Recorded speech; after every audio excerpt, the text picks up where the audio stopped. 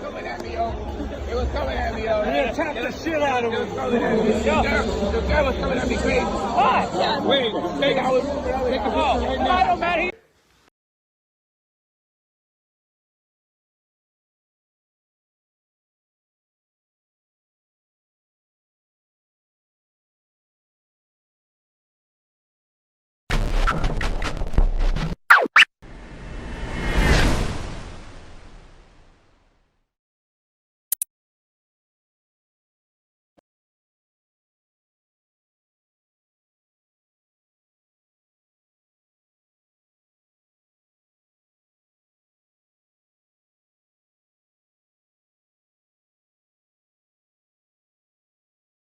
On this team, we fight for that itch. On this team, we tear ourselves and everyone else around us to pieces for that itch. Coming in at 320 kilobytes per second, it's time for MattieC's Sports for you and me.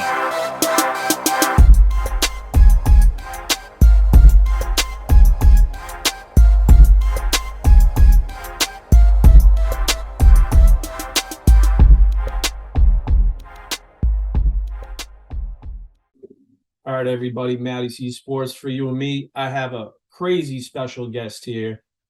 This guy is just a Muay Thai machine, combat sports legend right here. Chip the Surgeon, Moraza-Pollard. How are you doing this morning, bro? I'm good, man. You? I'm living the dream, of course. I got to talk to a legend right now. Try. So, man, I mean, you know, how I see you have a new gym, so congratulations on that. Thank you. All that hard work in the ring, bro. That's some good stuff. Yeah, long time coming. So where is your gym located for people that want to know? Plymouth, Massachusetts. So that's my hometown. It's where I've lived my whole life. Went to school here, went to high school, all that. Just kind of always knew I was going to open up a spot here. Been slowly accumulating stuff for the last few years, bags and mats and a ring and mirrors and all that kind of stuff, and just been waiting to find the right location to open up shop, and finally came across it, and I'm in here right now. And you know, we just opened up last week. So Monday, Halloween was the first night. So this is the second week right now. And so far so good. Got a lot of good kids coming in here. Some of my adults, some people I hadn't seen in a long time, a few new members coming in every once in a while. So we're building, but it's going good so far. Are you stealing some sit-to-down clients right there? You taking them down to your gym? Nah, I mean, there's a few people from here and there, like other places that have popped in. But I mean, anybody who wants to do Muay Thai, if you want to do Muay Thai and you want to learn how to do Muay Thai the right way, and not like just striking for MMA, but actual learning like real Muay Thai for like the ring, you know, then this is the place to do it. A lot of places have a Muay Thai program, but there's not too many gyms in this area, or just, I mean, in the States, period. I mean, there's a lot of MMA gyms. There's not a lot of like traditional Muay Thai gyms. So I'm just happy to be one of them and to bring that to this area where there's not a ton of it, you know. Well, I can't wait to see if I see, you know, places with Muay Thai events, somebody repping the Surgeon Gym. You know what I mean? That's probably going to be your best moment right there. Yeah, I mean, it's already happened. I've had a bunch of students. I was teaching classes already for a while elsewhere, and I've been doing private lessons at my house. So I've had people training with me for a couple of years now. So I've had people in there repping Surgeon Muay Thai. We just didn't have like a physical location of our own yet, you know. So now it's just everybody gets to kind of convene right here and work on their craft. And that's excellent, man. You know, it, like you said, there's not a lot of Muay Thai stuff in the area. There's a lot of events in the area, but I feel like like you said, there's a lot of MMA gyms and they're popping up everywhere now. And, you know, of course, there's the Lozans, there's your Sitadong stuff like that. And you know, you got big dogs in where you were training in Somerville over there. I mean, your boys like Jorgen De Castro, Peter Barrett, Bruno Diaz, everybody was coming up in there. So you had some big dogs there, and I'm sure you're gonna have big dogs in your gym coming soon. Yeah, so I mean, I've been kind of like Sit-Yatong has always been my family. So I started training at a gym actually that used to be right down the street here called CCFA with Pat Schultz and Mike Gresh. And they were like an affiliate of Sit-Yatong. So I started going up to Sit-Yatong on Monday nights for sparring all those years ago. And I just kind of never stopped. So I've never been like an actual member over there, but those people, those are my family, you know, like I still will be up there whenever I get a chance. Obviously not as much now because I got to run this place. But yeah, Sit has a great group of fighters, great group of people. They always have, they always will. And they're one of the places that do teach Muay Thai for Muay Thai's sake, but as well as for MMA. So absolutely like a great gym, and you see a lot of people popping up there from other gyms as well and making the trek over to Somerville to train. But yeah, I mean, I've been training down in Cape Cod, here in Plymouth, and I've been popping in random gyms. I'm at Sit every Monday. I mean, I've been all over the place, so it's going to be nice not having to put all that gas in my tank and just kind of be right here. I was just gonna say, man. I was just gonna say, man, like all y'all MMA fighters, like I don't get how you guys have bank accounts, man. Like you guys drive to Boston. Oh wait, I gotta go to Lakeville. Oh, I gotta go. I'm like, whoa, bro. Like, what do you mean? Like, you know, I know you're good with Sean Schubert and you know, his Red Seal team. I feel like he's doing an excellent job with the Muay Thai program too. You know, Mm-hmm.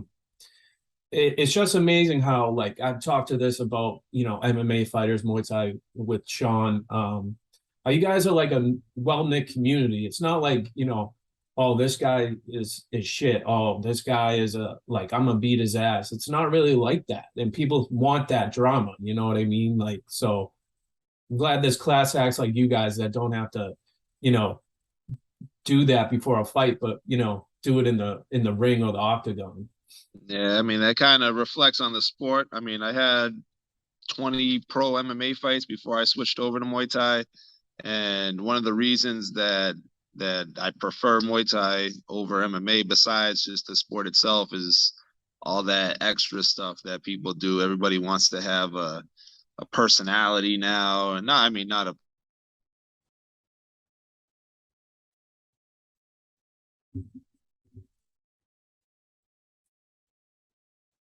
the values up and whatnot. Sorry, I missed that whole thing. My computer froze. But yeah, man, I mean, you know, like you have your personality, like you just put your hand in the air and you won. You know what I'm saying? Like, and I feel like Muay Thai is a more well-rounded professional. Like it's not like showboating or anything like that. It's more of a respect thing. I feel like there's a ton of respect in there, and nobody like goes crazy, you know, because it's very traditional. It marks back to ages and decades ago and even centuries ago, you know. So I find Muay Thai very interesting and very historical. I mean, anybody can talk about fights, but like that stuff's like legend, long time ago kind of stuff. Exactly. And for me, have you ever been to Thailand or China or anywhere like that to see this? Yeah, I was in Thailand actually 3 years ago. Right now, it came up in my memories the last couple of weeks. But yeah, I've only been to Thailand that one time. I went, and obviously after that, the pandemic happened. So ever since, it's not really been an option. Now, I mean, I'm getting the gym going, but I plan on getting back over there soon because I plan on getting back into the ring soon. So I want to get some more training out there. But yeah, it was awesome going over there. We were out there for, I think I was there for like just 3 weeks, so not the longest time in the world. And I was bouncing around the country trying to see this place and that place and popping into a few different gyms. But even in that little bit of time, I definitely picked up a lot. kind of understood the game a lot more from doing it over there and seeing the fights at Lumpini and Rajadamnern Stadium. Like I've kind heard of a lot of I've heard a lot of crazy things about that stuff. Oh, Like, yeah. so everybody like, has this different kind of like, I don't, how do you say it? Like different aspect of Muay Thai life or karate or MMA. Like, I've heard from another source that's true is like in the movie Bloodsport where they're betting like this and that and this, and then they got the guy over here. It's like a community basket. And I heard in Thailand they do that. They like throw the money around, like your bets go here and there and there. I'm like, that's crazy, bro. Yeah, yeah. At the big stadiums, that's like kind of the majority of the crowd is made up by the bettors up in the stands. The people that are sitting ringside are usually like the foreigners that buy the more expensive tickets to get up close and go to a Muay Thai fight. But up in the stands at the big stadiums like Lumpini and stuff, it's filled with all the gamblers and it's just chaos there. The energy is crazy. They're yelling and screaming and betting with each other, just using like hand signals and whatnot. I don't know how it works, but it's that, and it also like kind of shapes the way a Muay Thai fight happens in those stadiums. So if you ever watch like a fight from Lumpini or Rajadamnern, usually the first couple rounds are very slow and they're not really going at it that much. It's because they're giving time for the bettors to place their bets. That's the reason why they start slower. So and then like third, fourth round, they're really going at it, and that's completely due to the betting. So it's like it's something that I think they're trying to crack down on a little bit, as far as like making them start faster and not just finish like sometimes and even in the fifth round after the first minute or two where they're fighting hard. If one guy thinks he won, then he'll kind of dance off and not really engage anymore to try to show the bettors and show the judges that he won. And now they're trying to like, okay, like fight until it's over. But that's also why you start seeing other promotions like Max Muay Thai that are more entertainment based, and they're doing 3 rounds instead of 5 rounds, and they're not at the stadium, so they're trying to like push the action more so than you'll see at like Lumpini. But yeah, it's a whole thing. But it's crazy being in that atmosphere and just kind of feeling it and seeing it for yourself, because it's way different than anything out here for sure. Well, it's funny. It's like us asking for popcorn at Fenway Park. It's for them. It's like, I need the nearest better real quick. Yeah, and they're everywhere. You just gotta see who wants to bet against you, basically. So you coming from Plymouth, man, like what got you in specifically Muay Thai? I mean, I've been doing martial arts basically my whole life. I started doing karate right here in Plymouth, right downtown, with a man named Dave McConnell, and he ran a dojo called Dragon Horse, and it was pretty much the most official, kind of strictest, like could trace the lineage back to Okinawa dojo around. Oh man. So it was like, and that's the one I picked as a little kid. My mom was always like, "Damn, you picked the hardest one to train at." But I guess to me as a little kid, it just looked the most official, like I was watching a movie or something. But so I started training there as a little kid.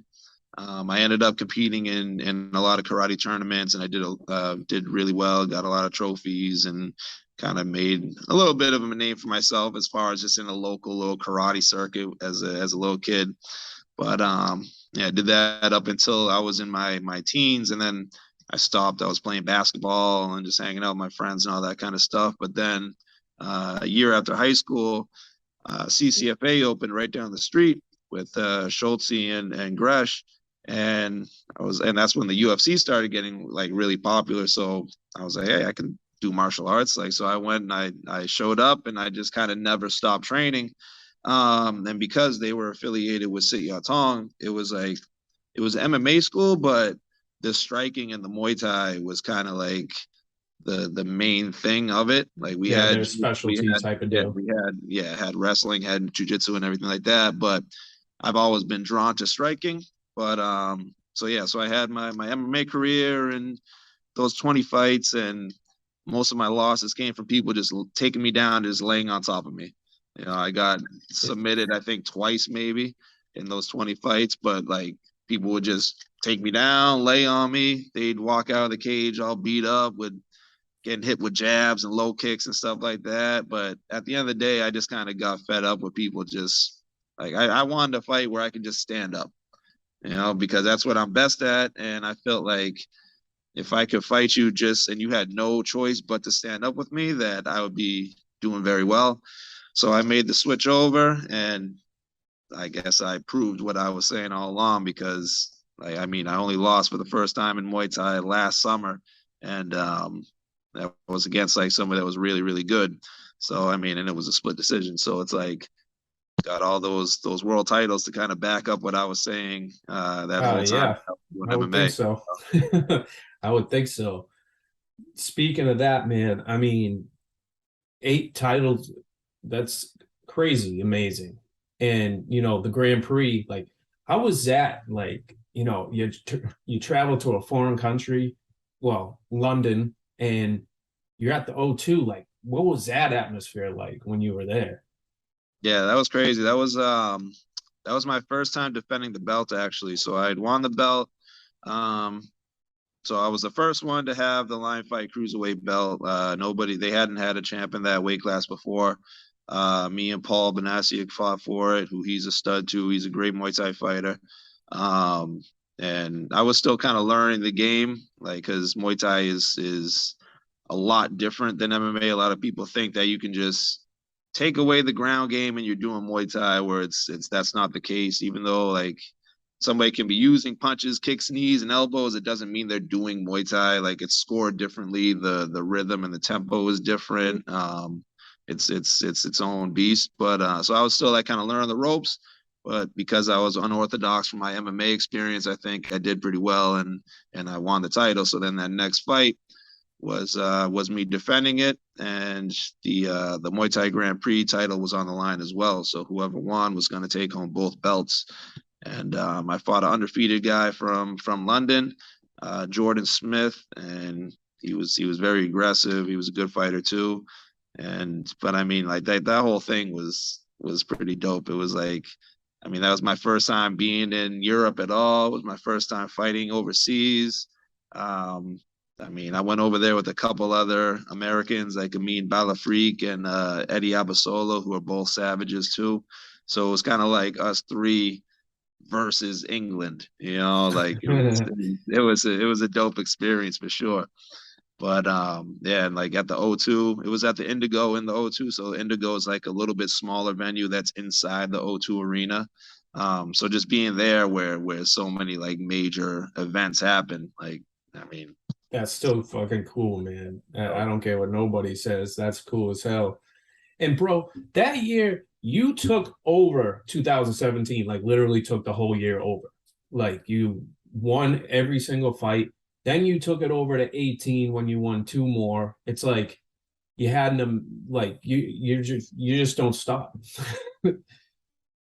Yeah, they had me busy, which I mean I loved it because I got kind of a late start in Muay Thai. You'll see, I mean, in Thailand, the kids start fighting professionally at like 8 years old, 9 years old. So it's in like the dirt. Like, they're fighting like exactly in the most unorthodox like gyms, and like yep, with full on rules, elbows, no padding, no shin guards, no headgear, just straight into the fire.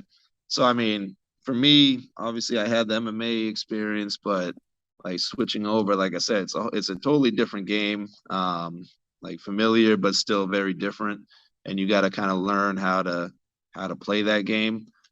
So me doing it in my 30s, you know, that's a late start. So I was like happy that I got to fight so often in that time period. I think 2017 I might have fought like, I don't know, 3 times, 4 times, I have no idea, something like that. So it's like I felt like that was true to the sport, being that active, because Thai fighters, they fight very often, and I wanted to catch up.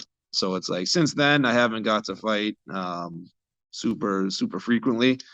I fought, I think, January 2020, and then the pandemic happened, and then during the pandemic my hip kind of went downhill, and so I fought July 2021 was my last one.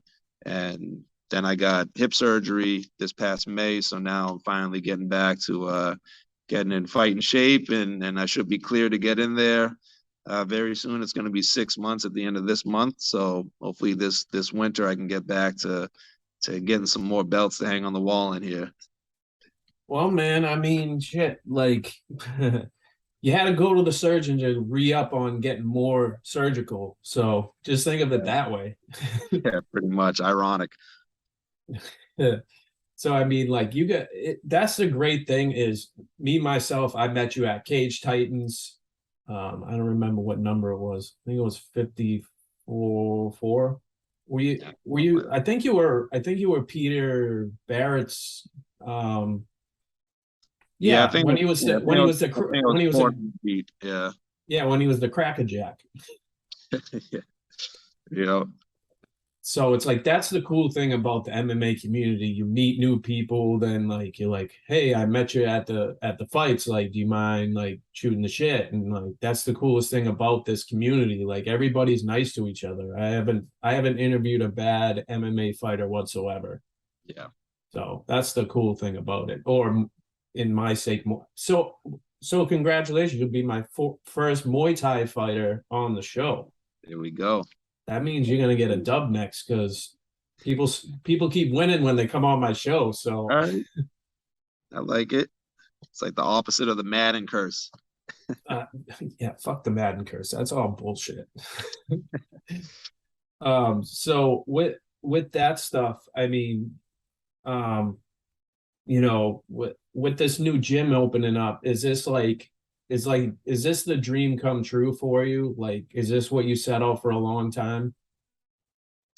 Yeah, I mean, like I said, for the past, I don't know, maybe 4 years, I've been accumulating all this stuff to put in here. So I've been had the idea of opening a spot, and I knew that's what I was going to do. I like to teach.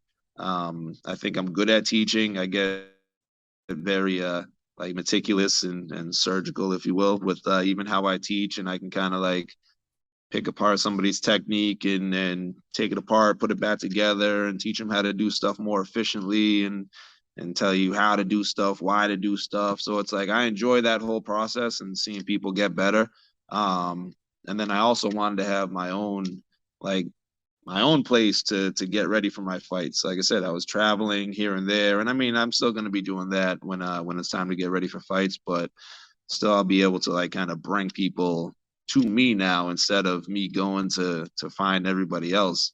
But yeah, it's like it's kind of my own little sanctuary here. I wanted to make it look a certain way. I wanted you to feel a certain way when you walked in. Like you see this guy up behind me, like the artwork, the vibes, the colors. I mean, just kind of a little piece of my imagination come to life, and then try to make it as successful as possible. And most importantly, just start churning out some real Muay Thai fighters, you know, like some people that can actually like play the game and fit into any Muay Thai gym kind of in the world.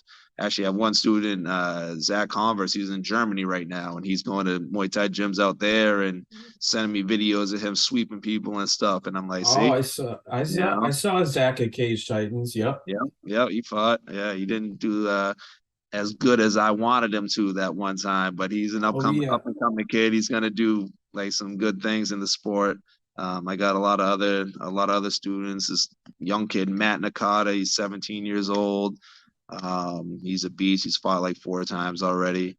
A bunch of other good fighters. I mean, doing some things in here, you know. I respect it, man. So you said about 6 months till you heal. So that's progress right there. And so my last question to you is, Chip, how'd you get the nickname Surgeon?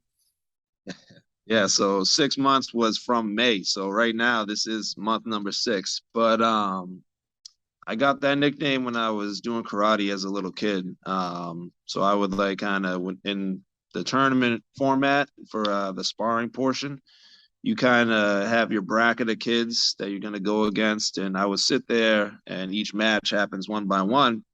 So I'd kind of watch and be like, okay, that kid, he comes out really hard and fast, and this kid kind of like kicks a lot, and this kid does whatever he does.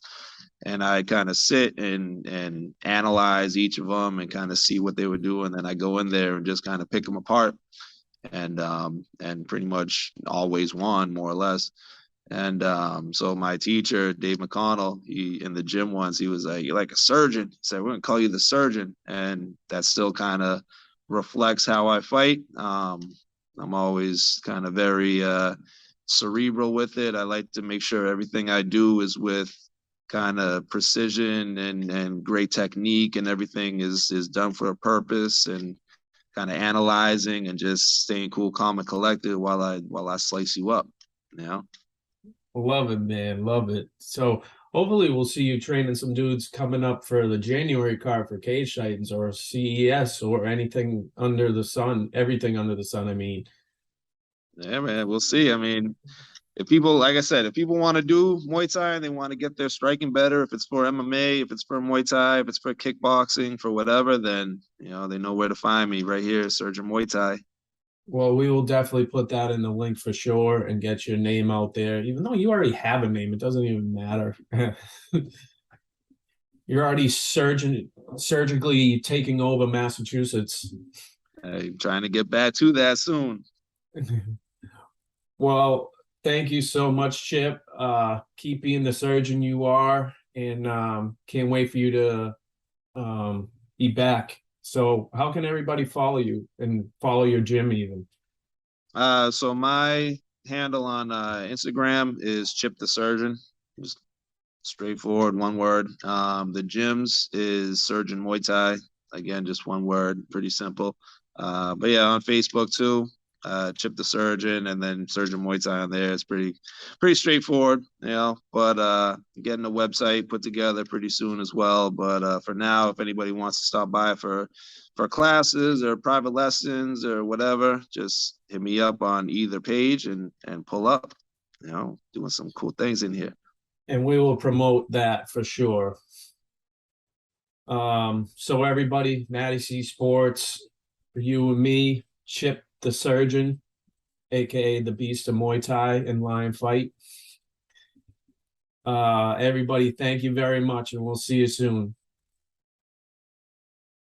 Thanks for watching MattieC Sports for you and me. Make sure to follow Matty Cameron on Twitter at MattCameron23, or follow him on Instagram at MattieC23, or subscribe to his YouTube channel, MattieC Sports for you and me. Once again, thanks for watching.